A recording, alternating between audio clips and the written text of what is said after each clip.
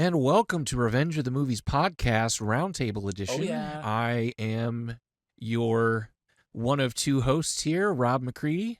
I don't know why I said my last name, but you know. He's looking to be doxxed. I am Jesse. What's up? You get to see our bright and shining faces for the first time in years. Oh yeah, we are doing video. It happened. So yay, video. Yeah, and for those who are still listening on the podcast, we will still be releasing this as a podcast. For now, we're just going to record the roundtable episodes, throw those up on YouTube as well. But they will always be available on your favorite podcast as an audio-only format. Yep. We may throw up the video. We may throw the video in, like Facebook and different places like that too. Totes. It just depends on kind of what platforms we get a hold of. So who knows? Maybe we'll end up doing like Bumble or not Bumble. What's the What one? the Rumble. What? Excuse me. Bumble is that's the dating app. I'll take a bleep there. That threw me away. that threw me off pretty hard there. Check us out on Tinder, ladies and gentlemen. What's the kids? Yep, we're gonna be on Tinder. We're probably everyone's gonna be ourselves. swiping right. Check me out on Meet Me next week. Plenty of fish. Plenty of fish. Just aged ourselves. Yeah, that's okay. That's okay. I don't think anyone's gonna think we're youngins. So, I mean, heck, I've got half a white mustache and beard. I don't know if you see my beautiful everyone can see little vitiligo here. But you pull it off like George Clooney, man. Looks great. Oh yeah, heck yeah. Heck yeah. I get compliments on it all the time. I think I've mentioned it on the podcast before, but like especially with alt girls, I get compliments all the time, and you're so proud. I mean, it's a lot of women comment on it, and it's a talking point, and then they see the ring, and they get a little nervous, but I'm taking ladies, sorry. And Jesse is leaving. I'm not sure where Jesse went. But anyway, so yes, today on Roundtable, we have a few topics. Jesse I broke the illusion of the library. I don't think anyone's fooled by the library because it waves. But it looks cool. I love it. This is my office where I have many leather-bound books. Smells of rich mahogany. Mahogany, yeah. Oh man, yeah. So I mean, I got some crappy posters that I got from like some Chinese like Temu or AliExpress, one of those, and I threw them up on my wall because why not? Control-Alt-Delete yourself. I wish it said that. Like I wish it said that, but it doesn't. So it does not. I'm kind of stuck with. Hey, it was computer related, and I'm like, hey, that's nifty. I'll put that one up. It's a little too like new age for me, but whatever. Real quick before we dig into it, I do want to thank our sponsor for today's episode. They have sponsored us in the past. They are awesome. I've dealt with Ivan personally. He owns the company. He is super rad. We are sponsored by Stub Forge once again. Stub Forge. Promised him I would talk about how awesome his product is a little bit more than just saying, hey, Stub Forge, check it out, dude. No, I've got some of their tickets right here. These things are super so awesome. Legit looking. They look just like you get from like Ticketmaster or wherever. What's super cool about them is, I not as much anymore because I'm married and have 1,000 children, but used to go to concerts all the time. And I used to collect all the stubs. And so what's kind of a pain in the butt about going to concerts these days is you buy your tickets through Ticketmaster or SeatGeeks or wherever you're getting them. And all you get is a little digital thing that goes in your Apple Wallet or Google Wallet, whatever they call it. And that's all it is. It's a QR code that gets scanned, and yay, that's awesome. But I do like I collect my movie tickets, movie stubs when I go to see stuff. So it's super awesome. Kids events. Yeah. kids events is a big one because like I used to started collecting tickets from all my kids events, like if they did like sports recitals and and stuff. things like that, yeah, anything like that. But then I kind of stopped and I lost most of them. So if there's things, if I remember the dates, I could actually go on their website and recreate those ticket stubs Yeah. for any of those events. That's what's super which cool. Is really cool. Is they have an editor on their website, so you can make your own tickets. So if, say, we went and saw Blink-182, whoever, and we get our little phony tickets on our phone, and then when we get home, aging us again, we pop up on StubHub, or sorry, StubForge. Pop up on StubForge, and we type it in, and we enter the information for our ticket. This guy prints them up, sends them to you super quick. Like, I think I got these like 2 days after he said he was going to send them. Awesome. And they are like thick paper. You can hear it. Here, a little ASMR for y'all. They are legit as heck. They're perfect. Yeah. So I do want to say thank you to StubForge. I really, really like these. I'm personally going to be ordering from them here pretty soon, actually. Yeah. Because we just booked tickets to see Blink-182, and nice. My wife has one experience. That would be an awesome show. Seeing Blink-182, and it was horrible for her. And the people she went with like didn't give a crap about Blink-182, and they left early, and that is just soul crushing for me. So. Yeah, she's got to go with another complete pop punk nerd. So I will be getting. Man, that would be a really fun show. Yeah, I will get some new tickets. That'd be a really fun show. I already did order some Kenny Chesney ones from my wife and I's first concert together. So I'm pretty pumped about that. That's awesome. So StubForge.com, check them out. Get your tickets from them. Well, you can't buy them to the event. One other thing that you had mentioned the last time we did a StubForge ad. Or sponsor, was that you can do it for like weddings. So like everyone gets tickets instead of like normal invitations to a wedding kind of thing. So yeah, you really neat idea there too. Yeah, I thought that was I thought that was really cool, unique idea. Like send your invitations and send tickets to Karen and Bethany's wedding or whatever it is. Yeah. All right, so for the roundtable, you already know what it is. We do a little talking about a little bit of everything. This week I have one thing that I really wanted to talk about because it's kind of got the world freaking out a little bit. So some people are pretty pumped about it and think it's super cool, and then others are thinking it is the end to creativity and like creative jobs.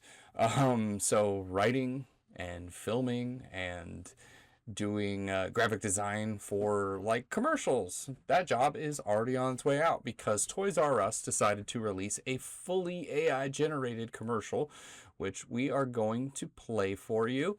It is called The Origin of Toys R Us. Definitely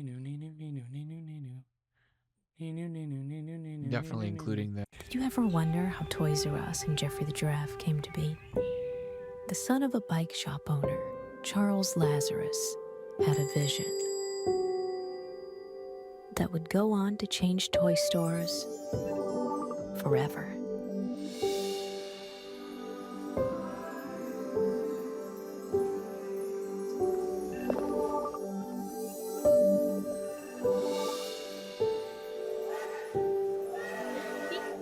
The greatest toy store there is. I don't wanna grow up, 'cause maybe if I did, I wouldn't be a Toys R Us. Toys R Us was the dream of Charles Lazarus. May all of your dreams come true too. And the dream continues on with a Toys R Us at every Macy's. And so I'll put that in the background. Now that you've seen it, like part of me is a little torn because I sent this to you right when I got it. Yeah. Yep. And, you know, I'm a nerd. I like tech. I like the idea of AI. And it's cool that it's done, like was completely like 100% done with a computer and no human input. Like that's amazing. the technology involved is incredible there. It looks great. We've gone light years with this AI technology. AI has taken such huge leaps forward in just a matter of a few years. And that's cool, but it's also terrifying. Like, what movies are going to be in theaters 10 years from now? Right. Like, so, and that's why SAG-AFTRA didn't they in their new contracts during their whole what do they call that? Strike, during the strike. Yeah. They wanted like no AI for the writing and no AI actors, all that. That's part of the contracts as far as the union stuff. So hopefully we won't see too much of that in movies. Hopefully not, but I am a bit of a pessimist, and I already feel like certain franchises that are owned by Disney have lightsabers and Jedis. Already they make way too many of them, and it's like a yearly or bi-yearly thing, and they're not even, I've never been a giant Star Wars guy anyway, but now they feel like they're AI generated and they're just pumping them out to pump them out. So how is that going to be when we get a new one every 6 months?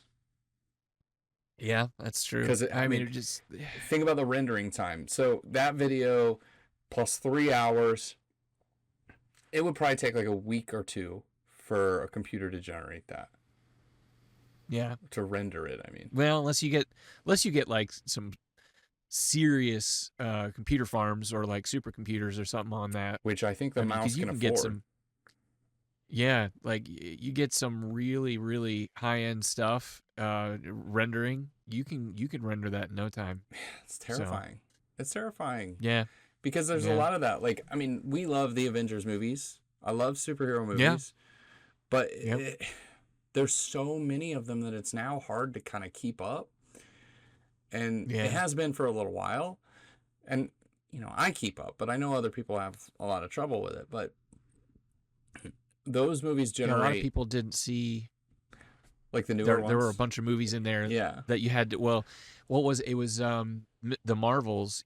They said that you should see, like, it was a total of like 9 different movies or TV shows in order for it to really, really be a good experience with the Marvels. And people were just like, screw that. If I haven't seen it, I'm not going to worry about this movie. Yeah. And that's why it flopped so hard. That's one of many reasons why it flopped so hard. Yeah, if you haven't seen those other 9 movies, what's one more? And it has Brie Larson in it, so I think I'm going to skip it. Yeah, exactly. Exactly. I watched the Marvels, but I'm not a Brie Larson I did too. fan. And it was fun. There's a random bug in my, just like a little fly of some kind. I hope it was a tick.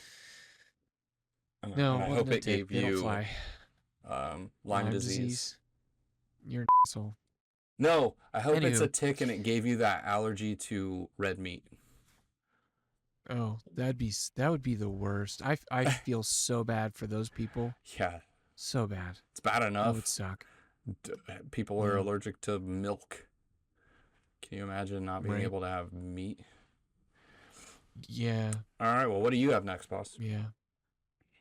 All right, so I wanted to talk about... So there's a sci-fi video game out there. I'll tell you the title here in a little bit. If you haven't played it, I'm sorry. This is going to be a total spoiler. Oh, you know what? I should probably mention it. It's Horizon Zero Dawn. So if you have not played it, it is breathtaking. It's beautiful, and it's a journey. It's a really big journey. 8 years ago. I know. But the reason I'm bringing this up now, there's a sequel that came out, and it's just as beautiful. I think they did a really good job with that one too. I haven't beaten that one yet, but I'm working on it.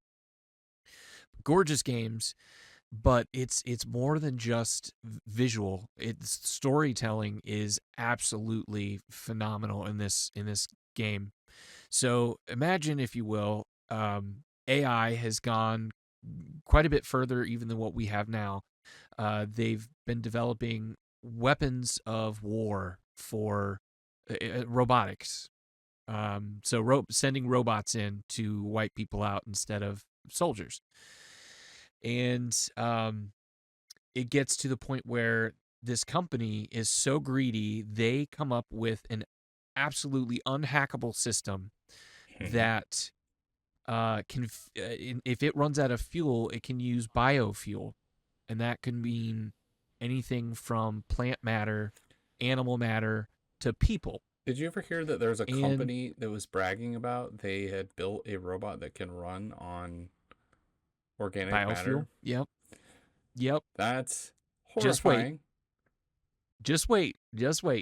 So with this, with these robots, they kind of, something goes wrong, as it is wont to do with humans programming things. We're not perfect. Robots aren't. Yeah. So something goes wrong, and they start using every single biological anything that they can find to fuel themselves. And people in charge realize what's happening, and they're like, there is no way to stop this. We can't get in there and hack them because we made them unhackable. We specifically did that on purpose so the enemy couldn't get in there. So they're wiping out the entire planet. So what they do is they create a secondary AI system, and I think it's an AI system of like 9 different AIs working in harmony. I think it's 9.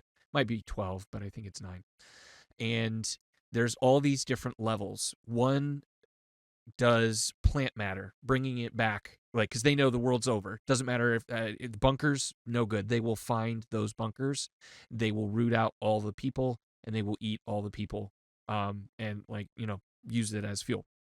So no human beings are going to survive. They know this. So they have these facilities all over in different places that they're going to bring robots. They're going to build robots on AI that are going to harvest plants and bring plant life back. And then because the robots will eventually die off. They'll run out of fuel. So they know that. So another one does animal life, and they start bringing back animals. Another one does, there's people in there, but they're all like clones of people, or not clones, but they use a DNA mixer kind of thing to create babies, humans. And then their plan was to teach them about what happened, and teach them about, all the stuff that humans had accomplished up to that point, right? The people decided they didn't want to learn anymore. They were teenagers, and they broke out of the facility, went out to live on their own, and they went back to like almost like Native American style living. So bows and arrows. Like tribal living. That's what I would say. Yeah, tribal living. Yeah, tribal living. Exactly. So humans had gone back like hundreds of years in our age. I don't want to say evolution, but the Bronze Age, the Stone but Age, there are, something like that. Yeah, but there are robot creatures that are still around, that are still doing their jobs of harvesting plant and doing things. And these people have learned to like live and hunt and whatever. They use the machines, they harvest parts from the machines to build weapons and other stuff like that. But the story is breathtaking, and you don't realize while you're playing, you don't realize as you go through what happened to the world. Like, you think that they lead you to believe that human beings just kind of de-evolved or just went backwards in time because of all the robots that came about. You don't find out until almost the very end that all of life on Earth was wiped out. Every single living thing on the planet was gone, and then it restarted. And it's actually been restarted like 6 or 7 different times because it's not perfect. So there's a program that goes back and destroys everything if it's not good enough. So, but it malfunctioned, and now it's trying to take out all life on Earth again for like the 8th or 9th time, whatever time it is. So that is what you're trying to prevent from happening. So absolutely beautiful story. Like, it's scary to think about, but it is such a beautiful story. Man. So yeah, you talked about the entire plot of that game for like 45 minutes, I feel like. No, it was like maybe 7. Give me a break. So I do recommend it. Sorry, that was all I was going to say. I do recommend it. That's a game that I've tried to play like 3 times. And I don't Yeah, think it's yeah, like you the said that. game's fault, because I enjoyed it and I think it's beautiful and the combat's good. Like, I have nothing to complain about. Yeah, It was combat great. style's amazing. I just could not get drug into it. And I know it's my own issue, Yeah. but I'm going to have to do it sooner or later, like, get back into it. But Well, it's so open world, and you have to, in order to get all of this story that I just mentioned, you have to really do some research. Like, you have to follow along, find all of these things that are on your map, in order to get all of the information. But it's worth it. It is so worth it, in my opinion, anyway. But yeah. So go ahead. I was going to Whatever you say, have next. in the vein of the topic of this podcast, movies. So they released a couple little screen grabs of Gladiator 2, which I don't know if we can That is pop interesting. them up around here somewhere, but I didn't even know that Ridley Scott was making Gladiator 2. And Ridley Scott did that? He did the first one? yeah, I didn't know that. yeah. Huh. Interesting. And Huh. it's got Denzel, it's got Pedro Pascal, it's got a guy Does who it have I'm unfamiliar Jaimon with. Hansu? Dude, what? Jaimon Hansu. I don't know what those words mean. You look him up, man. You looked him up before and you're like, oh, I like that dude. He's in everything and he's really good. He's that black dude that's in Gladiator, the first one, Oh, and he's his friend. doesn't he die? No, he doesn't die. Well, I don't know. I have like 2 screenshots to look at of this movie. I don't know the plot and Well, every actor that's I was in just it. curious to know if Jaimon Hansu is back in it. I this don't one. know. I was just asking if Can I mention the don't know, things that's I no was big going to deal. mention on the Rob podcast? I was asking about your thing so you would give me more information, but if you don't have the information, you obviously can't give me the information. So Yeah, I have no idea. I was just curious. That's super Yeah. cool, awesome dude. I don't know if he's in this. All I know Yeah. is I saw a few pictures. Paul Mescal and Pedro Pascal. When you say Pascal. those names together, that sucks. But it looks sick. I'm going to assume that Pedro Pascal is a gladiator. That's what I've gotten so far. He looks awesome. Yeah, that seems about right. He looks like a Spaniard, right? He looks like a gladiator. Yeah. And Well, he then looks similar to Russell Crowe. Denzel in Washington in plays Gladiator. an arms dealer who lives lavishly and keeps a stable of gladiators for sport. But yeah, Vanity Fair released a bunch of photos. So I'm going to include those and hopefully we can put them up on screen so you guys can take a peek. But definitely check it out. I am so pumped. I didn't even know this movie was being made and I'm psyched. I mean, Gladiator 1, which is a weird thing to say. Gladiator is one of the best movies ever made, in my opinion. I'm not going to say it's like it's probably not top 10 for me, but it's top. It's good. 25, I would It's say. good. I'd say it'd have Yeah. to be. It's so good, man. That's when I fell in love with the Joker. Oh yeah, I forgot he was in that. Joaquin Phoenix is so good in Gladiator. You just Yes, want to he like. is. He He was is so Joffrey good. before we saw Joffrey. Yes. Oh my God, Like, I wanted you him to die so Hated bad. him so bad. Yes, he did such a good job though. Yeah, he was Such great a at good being job. hateable. Yeah, he's good in every role he's in, pretty much. I feel He like really is. like even in Signs, his In character's like Signs, not even fleshed out all that much, and then they're like swing away, and you're all like swing away. I know. man, I have to swing have the kids away." watch that. I have to. Well, some of them, maybe not all of them, because it's a little creepy and they'll be scared. But I think the older ones God. would probably be able to watch it. That but it's such a scene good movie. Where it's like they're looking down like an alleyway, Yes. and yes. an alien walks just across real quick. Yep. That scared the shiznit out of me when I was a kid, man. That freaked me out. I had like goosebumps and couldn't sleep for a week. It was so many good jump scares in that, and Yeah. one of his best for sure. M Night. And it's his best because like he does show the alien in that one spot where it walks, but it's like such a split second little thing. Yeah. and you're almost unsure that that's Yeah. what you saw. Yep. And the whole movie, like it's a really old school thing with horror movies. It's like you don't show the villain. Yeah. In those like jump scare thing, and it's true. I mean, it builds, if it's done right, it builds so much more. Yes. Yep. It gets you so much more on edge, and that's one thing that Science did super well. Yeah. He did a lot of good ones. I mean, even Sixth Sense was good. I mean, had some really good jump scare moments and just really good moments. It did have some things that freaked me out as a kid, but did you ever see a good movie? The Visit by M. Night? Yes, The Visit is really underrated. Yes, that one is so good. It's so creepy. But then there's movies like The Devil, which is just not only the dumbest concept ever. Like it was pretty bad. Movie. It's not as bad as what is it? Not The Event. What is that one called with the plants come back and kill everybody, make them kill themselves? The Happening. The Happening.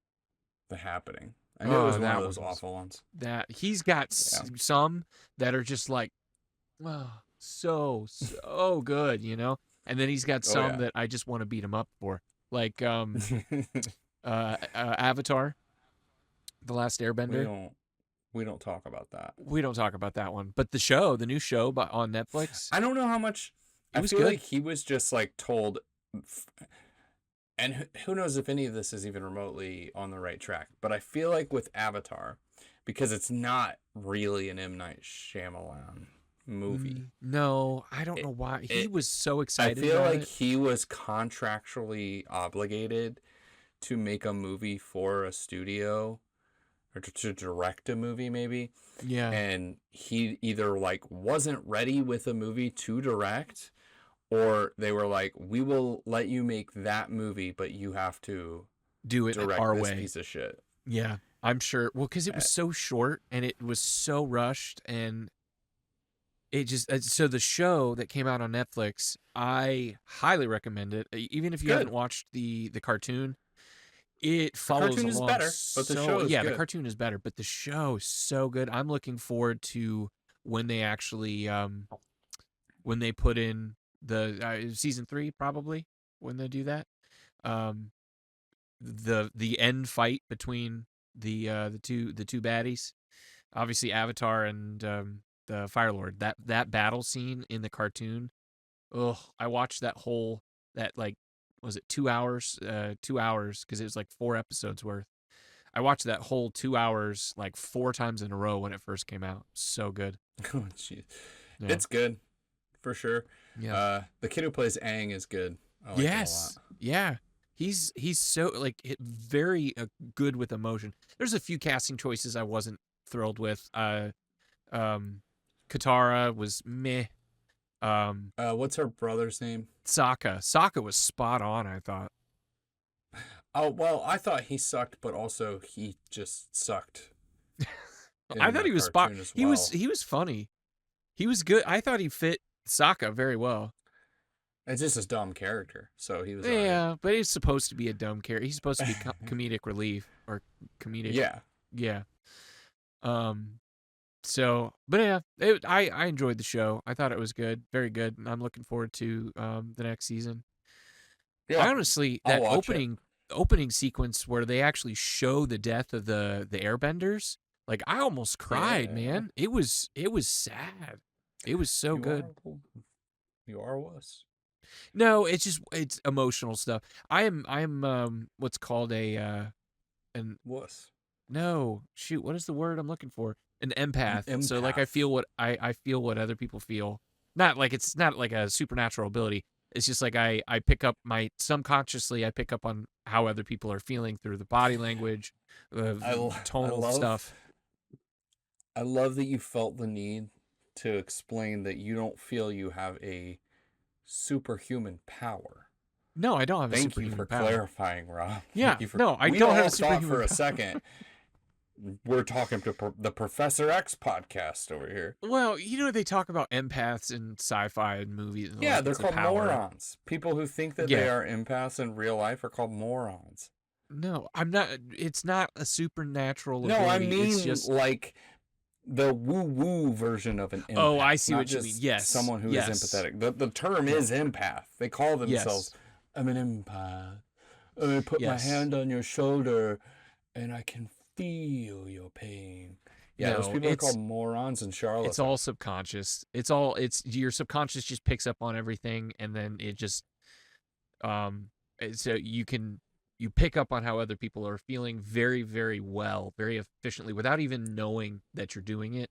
That is what a real empath is. That is the only version of an empath. But I'm very empathic. So like when I'm watching movies, yeah, I feel what other people are feeling in movies. So I cry in movies, on TV shows. Like if it's, if it's done well, I cry. Dude, you know what's bonkers? I used to never cry. Yeah. And then I didn't either. I had kids, and like a beer commercial, and I will like full tears cry. Yeah, it hits you Dude, hard. It is insane how much of a wuss I became. That's kind of when it happened for me too. That's like when it hit. Like I've always been empathic, but I would never cry. Not really. I'll be watching YouTube videos, and it'll be like a small point. He'll be like, "My dad bought me this car," and I'll be like, "Oh, I know. My dad too." It's nostalgia too. Like things that bring you back to when you were a kid. Sometimes that hits me. It's dumbest things. Dumbest things. Yeah. All right. Why don't we go? We are starting to run out of time. We only got time for a couple more things. Yeah. Why don't you do your thingy with phones? I will do mine real quick. So one thing, Apple is finally going to support RCS and bring that into the messaging app, which is so sick.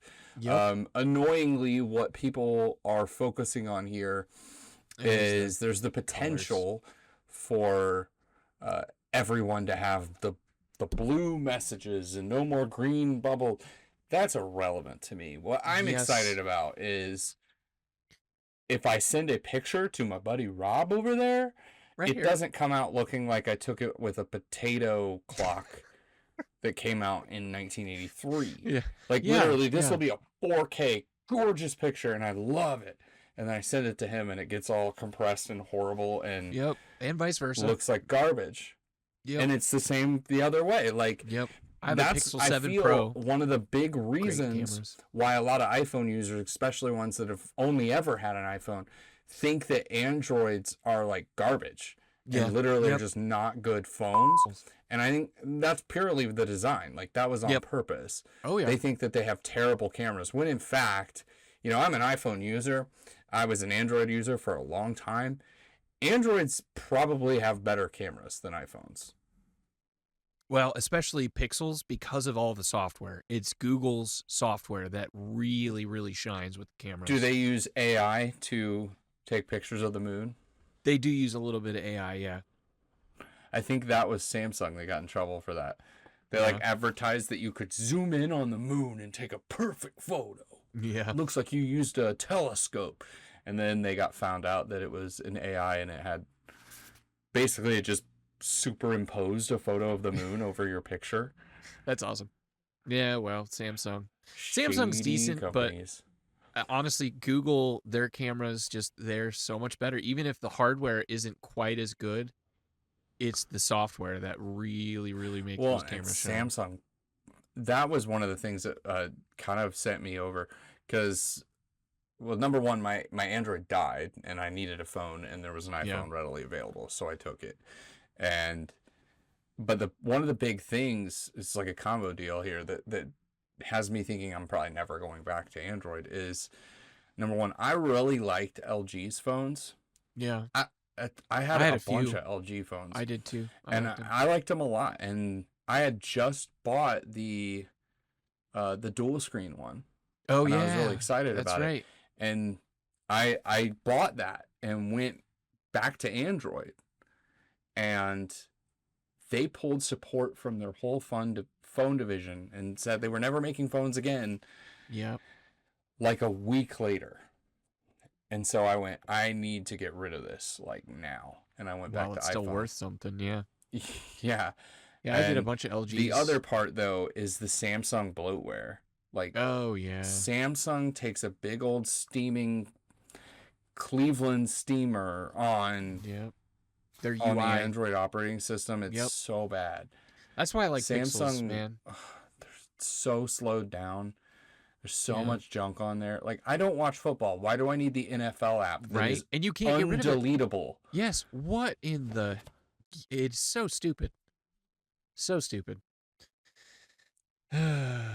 Well, I'm glad Apple's getting the RCS. It's a huge deal. It is a huge deal. It is so much more secure. It's so much better. It's a big deal if you're not aware of it. Like, this means that Androids and Apple's, like, Androids had RCS for a while. Oh yeah. Like, this is a big deal as far as like connectivity and quality of our text messages. Like, who cares about green and blue bubble? Like, I couldn't care less. I would assume that texts from your Android buddies are still going to be green because they're not using iMessage, regardless of how it's encrypted to send it. It's still not an iMessage, so it's going to be green anyway. So I don't know why people are jumping down that rabbit hole, but it's a big deal, and I'm excited about it. Also, what I find cool is, so Apple was open to making that change, and I think it's only available in like the new OS that's iOS that's only a beta right now, I think. So it's something that we'll get to, but Google. You know, Android has a bajillion texting apps that are good. Like, there's not just one, which on Apple, we're pretty restricted. Like, there are other texting apps, and I know people that use WhatsApp and people who use Signal and stuff like that, but most people just use the messages.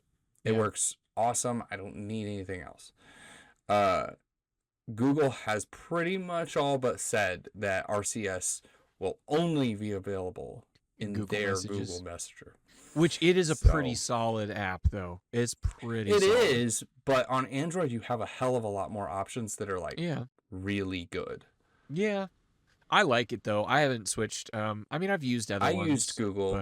I used Google when I had Android, but I know people with Android that, like, you know, if you have a Verizon phone, it comes with a Verizon text message app. Yeah. And they've never tried anything else because it worked perfectly fine. Yeah. Those people are never going to get RCS. Yeah. It was good when I had Verizon, but I definitely prefer Google Messages for sure. I've been using that for the last few years, although with Pixel, it's the one that's built in. So, yeah. But all right. So we have a few of Rob tech topics here. I'm going to go through these real quick. So, we're getting really close. Getting really close to doing nanobots. So some scientists have developed self-assembling and disassembling a swarm of molecular robots via DNA molecular controllers. Molecular. So that means exceedingly tiny robots that can build themselves inside of a person, inside of whatever, and disassemble themselves and go somewhere else. So, but they've built controllers that connect, because that's the problem with nanobots, is that they're just too darn small. So it's very difficult to do anything with these. That's bonkers. We're so close to doing nanobots. So that's one thing. Solar technology. Where do you see that going? Sorry, I know you're trying to do rapid fire. You're fine. But like, are we talking about getting rid of chemo, like, so 10, 20 years down the line, like chemo, gone. Yeah. Not a thing we use anymore. We send a 10,000 nanobots in your system and it eats the tumor. It eats the cancer. Yeah. That's honestly, with medically, yes. Potentially even like augmenting. I mean, it could go there too. Well, how long do you think Putin's going to be alive? Because we could just like drop a couple nanobots on the ground and just like send them out there and they just like eat his eyes and stuff. There we go. Like, they just have to make the trip to Russia. Oh, like, that's scary. It could 100% be weaponized, and you wouldn't know anything happened to you until you were done. Do you know Upgrade, the movie? Yeah, it's a good movie, man. Yeah, that's a super underrated action movie. Have you seen Boy Kills World? Yes, that was good. So good. Oh, yes. So good. So we barely talked about movies on this roundtable, but Boy Kills World or Boy Kill World, I can't remember. Skarsgård, who we make fun of on the regular because he only takes roles where they heavily cover him in makeup. He Bill got Skarsgård. stacked. So stacked. He was so awesome. Such a bad. I loved that movie, man. I'm gonna have to watch it again. That's right up there with Bullet Train. It's so funny you say that because I was gonna say I was texting you about it and I was like, yeah. I discovered that my metric for a good action movie that also has humor is Bullet Train. Yes. So whenever I forget what it was, so perfect. I watched Fall Guy, and I was like, I wouldn't say it's quite as good as Bullet Train, but it's kind of the same vibe. And then I watched Boy Killed World, and I texted you. This is a week later, and I was like, I'm not gonna say it's as good as Bullet Train, but it's like pretty much as good as Bullet Train. It's like so dope, dude. That's almost perfectly. That's perfect. Almost exactly perfectly a match to what he was saying. I was reading from our texts. Yes. Yeah. So that was good.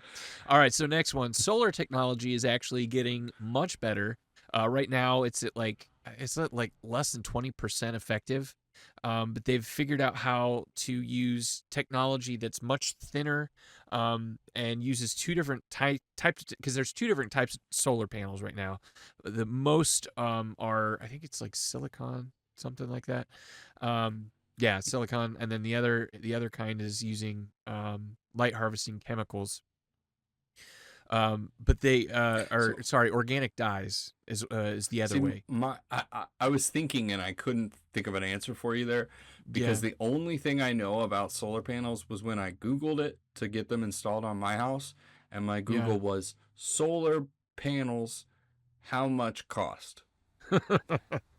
And then I saw how much cost, and I stopped Googling solar panels. Yeah, and it's because of all the silicon and like the other chemicals that they have to use. But they're with these, I think it said it was 38% effective because it uses the two different kinds of technology together, and it makes it much thinner and makes it much more effective. So don't they also lose a lot of energy like in the storing process too? Yes. Yep. Yeah.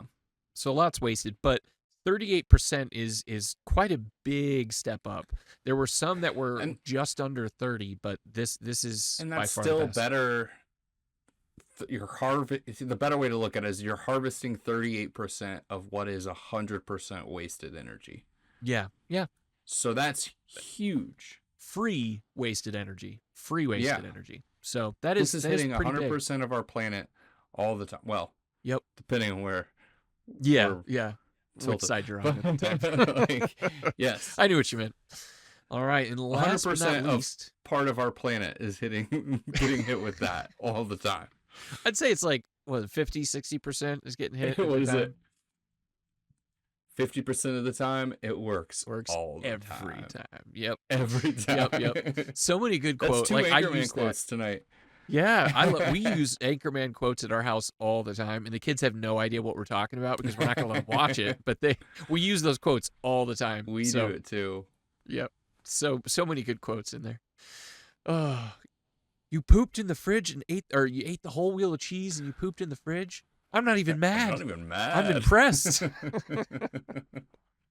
Oh, so many good ones. All right, scientists recently did their very first pig kidney transplant. So they've used, which is a huge game changer. They've used pigs for various medicine practices, procedures like skin grafts and heart valves. However, it is the entire organ has never been done before, and it's or at least not many. No. Yeah, well, I think it's the first ever, but it's the first pig kidney transplant. That is a huge deal. So what they do, if it's either die or have parts from a pig put inside of me, I'm going with the former. Well, what they do is they genetically change, they edit the pig, a lot of the harmful pig genes, and they add certain human genes to improve its compatibility. So it's a pig. Yes, pig parts. But it is either die or die on the wait list for an organ, or no. I'm waiting for a chimpanzee kidney because we're apparently related. No, they actually they're not as compatible as pigs are, which is ironic. Pigs are not as Isn't it close to ironic? us. Yeah. So, but that's it for Don't you Rob's know? Tech Topics.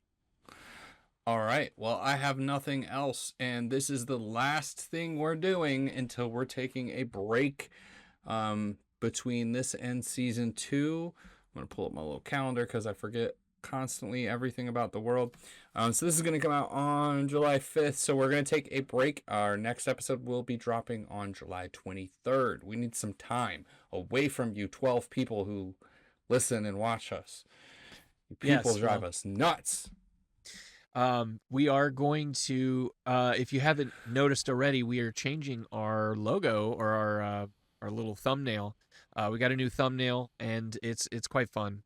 It's so true to life, Yeah. So Jesse's little super image ripped. Yeah, he's so built in that mustache. I it's love funny because I did have. It's what's so irritating is I did trim it. Yeah. So when we were audio only, I had a villain mustache that curled. Yes, he did. And now that we have video, I'm not showing off my awesome curly villain mustache anymore. Yeah, well, my character, has really curly hair, and I'm probably gonna get a haircut soon because it's so hot. It's like my hair is almost black. I think we did that last time with Revenge of the Show. Our first logo, you had long hair, and then you immediately cut it. Yeah. You did that. Well, to it's me. the summer. It's the summer. It just gets so dang hot, and I hate putting it up in a ponytail. Hot. Milk was a bad choice. There's a third one. All right, losers. We will see you guys in a couple weeks. Make sure to tune in. If this is your first episode, I feel sorry for you. There's a lot of other things that you should. Oh, there's a lot of good episodes. watching. Yep. Go check out the other stuff. You're already on YouTube. Check out Revenge of the Show, where we watch movies beginning to end, and you can pop them on your TV, pop on the episode on your laptop, listen along, pretend you have friends. This is Revenge of the Movies. My name is Jesse. My name is still Rob. Have a wonderful night. Yes, you do. You do that. For sure. Bye. Bye.